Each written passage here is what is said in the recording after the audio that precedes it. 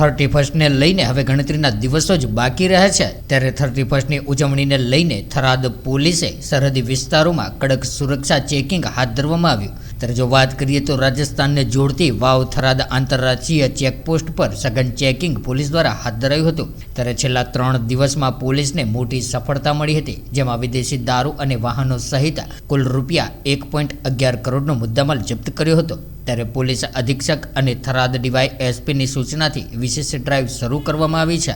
ત્યારે વધારાનો પોલીસ કાફલો તૈનાત કરીને 10 દિવસ સુધી ચેકિંગ હાથ ધરવામાં આવશે। ત્યારે ગુજરાતમાં દારૂ, એનડીપીએસ, નશીલા પદાર્થો અને હથિયારોના પ્રવેશ અટકાવવાના મુખ્ય ઉદ્દેશ્ય સાથે વાવ થરાદ પોલીસ દ્વારા ચેકિંગ હાથ ધરવામાં આવ્યું છે। થરાદ પોલીસના વિસ્તારમાં જે વાતરાવ ચેકપોસ્ટ છે, કાયમી ચેકપોસ્ટ છે, તે આંતરરાજ્ય ચેકપોસ્ટ છે। ત્યાં 24/7 વાહન ચેકિંગ ચાલુ જ હોય છે, પરંતુ 31 ડિસેમ્બરને લઈને જે મહેરબાન પોલીસ અધિક્ષક સાહેબ શ્રી વાવ થરાદ ચિંતન દરિયા સાહેબની સૂચનાથી વધારાનો પોલીસ ફોર્સ ફાળવવામાં આવેલો છે અને સ્પેશિયલ 10 દિવસની ડ્રાઈવ આપવામાં આવેલી છે, જે અનુસંધાને તમામ ગાડીઓનું ઝીણવટપૂર્વક ચકાસણી થાય છે અને કોઈ પણ કેફી પદાર્થ, દારૂ, એનડીપીએસ લગત કોઈ પણ ચીજ વસ્તુ કે આર્મ્સ એક્ટ લગતની કોઈ પણ વસ્તુ ગુજરાતમાં ન પ્રવેશે તેના માટે પૂરતી કાળજી રાખવામાં આવે છે। પોલીસે હાલ સુધી કેવી કાર્યવાહી કરી છે?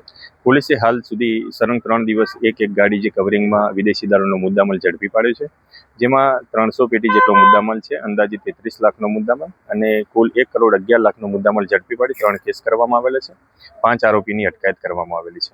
નંબર પ્લેટ અને બ્લેક ફિલ્મ પર પણ કાર્યવાહી થઈ રહી છે? હા, નંબર પ્લેટ અને જે નંબર પ્લેટ વિનાના વાહનો તેમજ બ્લેક ફિલ્મવાળા જે વાહનો છે તેના ઉપર આજે 101 વાહનોના કારાકાચ ઉતારવામાં આવેલા છે અને 15,000 રોકડ દંડ કરવામાં આવેલો છે, તેમજ 4 વાહનો ડિટેન કરવામાં આવેલા છે।